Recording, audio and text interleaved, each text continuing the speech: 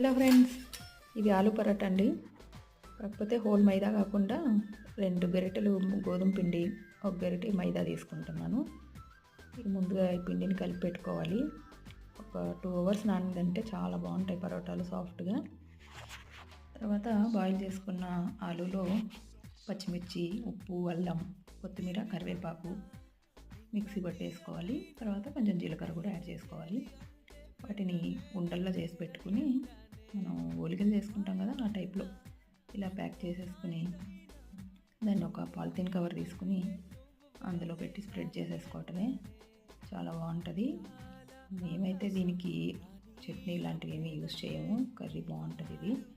నాకు ఎందుకో north Indians curry అంత నచ్చదు, అందుకే ఇలా చేసుకుంటాము. బాగుంటుంది.